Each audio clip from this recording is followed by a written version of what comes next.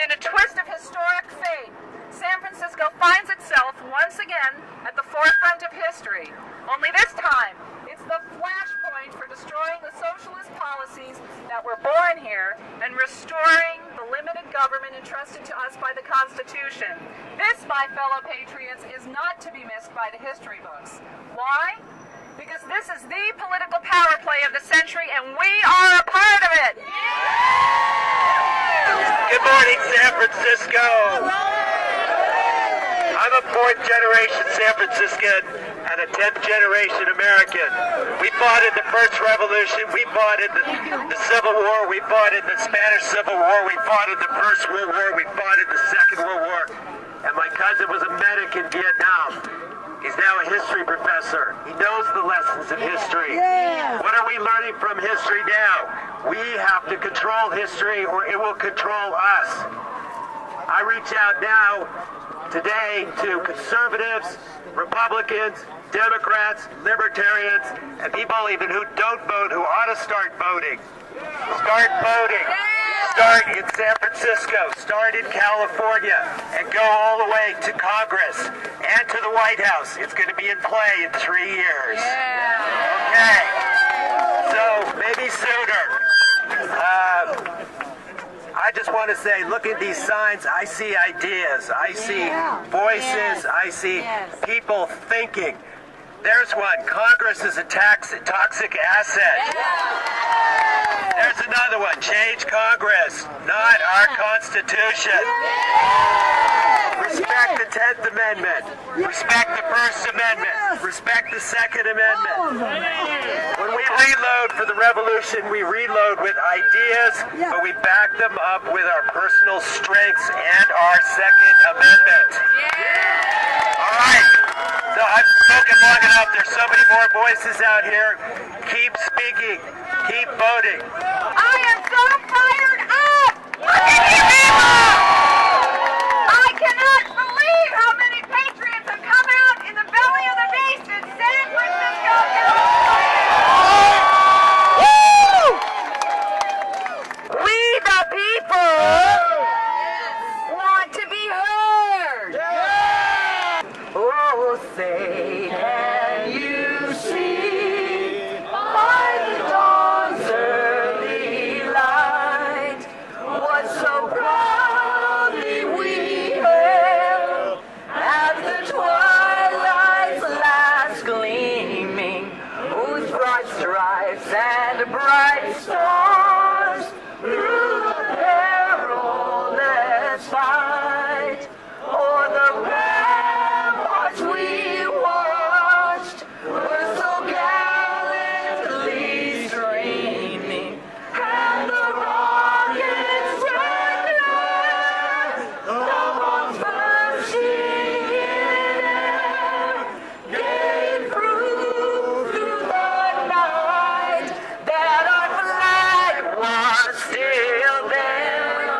Oh, say does that star-spangled banner yet wave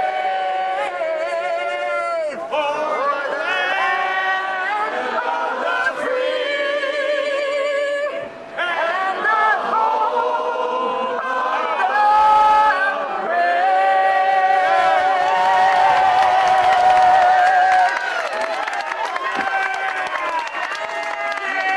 I'm here today because I've had enough about what's going on in our country.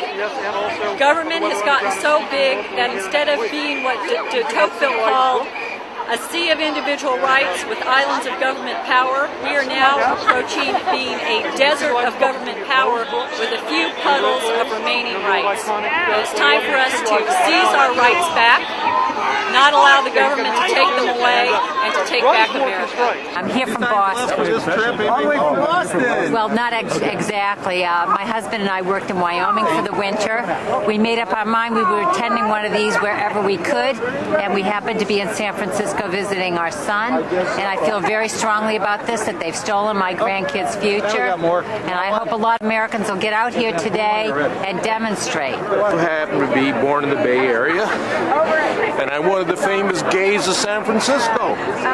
And I'd like to say that we're not all in favor of Obama's practices. We're not all anti-life. A lot of us are pro-life. A lot of us are for the strong military. And a lot of us just want to be left alone by the federal government. It's about time that we started making the money and having our time count for what we're doing, instead of having the money taken away from us by the government and used for all sorts of different projects that aren't going to necessarily help our economy out and help those who really need it. I mean, what is it? Welfare is one of our best run organizations in the federal government.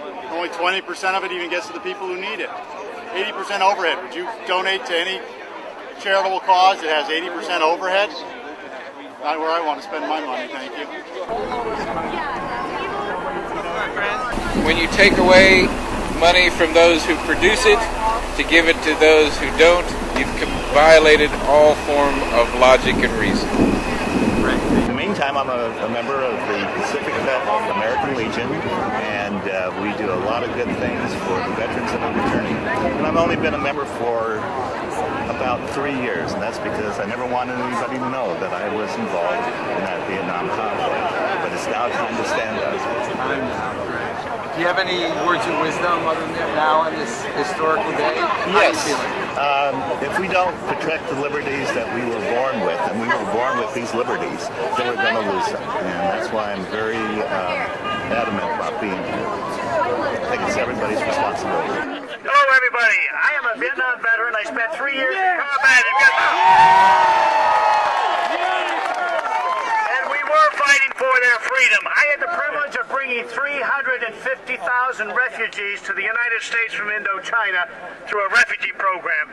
Many of them kissed the soil when they came here. They love our freedom. And what they say is Americans don't understand the freedom they have. No, we don't. So that's their lesson to us, and they remind me of it every day. I have many good friends in that community, and I think all of us who have seen people come from other countries know that. So long live America and our freedoms and our liberty. Thank you for your service. America was founded on a great principle, and it was never supposed to be meant to tax regular citizens to the point that, you know, you're struggling and making cuts at home so you can pay your taxes. You know, it's a yes, we're supposed to pay taxes, but not this much. I just want to say that we as the people of the United States of America really need to reevaluate our Congress and our president and the way we vote in our representatives. We really need to realize that socialism is not the answer to our problems, and we need to take back our government and make them realize that they work for us, we don't work for them. That's what we're here for. We're here to, you know, tell them we don't want high taxes, we don't want more stimulus, more government spending. We want our freedoms back, and we want our liberty. Hi, my name is Agnieszka, and I grew up in Poland. And I just wanted to say that I was very fortunate to see the transfer from socialism in Poland to free market economy. And it was a wonderful thing. It changed people's lives. And just, you know, socialism is an awful thing. Be very, very scared. Yes. It's going to creep on you very slowly. It's happening here already. And in theory sounds very, very nice, but it does not work in practice. So be very scared of socialism. It doesn't work. Go to Eastern Europe, see for yourself. Go to Berlin. Look at Eastern Berlin, Western Berlin. It's there. You don't need to be a scientist to see the difference. Thank you. I'm not going to scream and yell, but I'm a native son of this city, and I'm an Italian American. I want you to think what happened in Italy in the 30s when they established a form of government called the corporate state. The corporate state. What it was known as is fascism, and we got it coming, brother.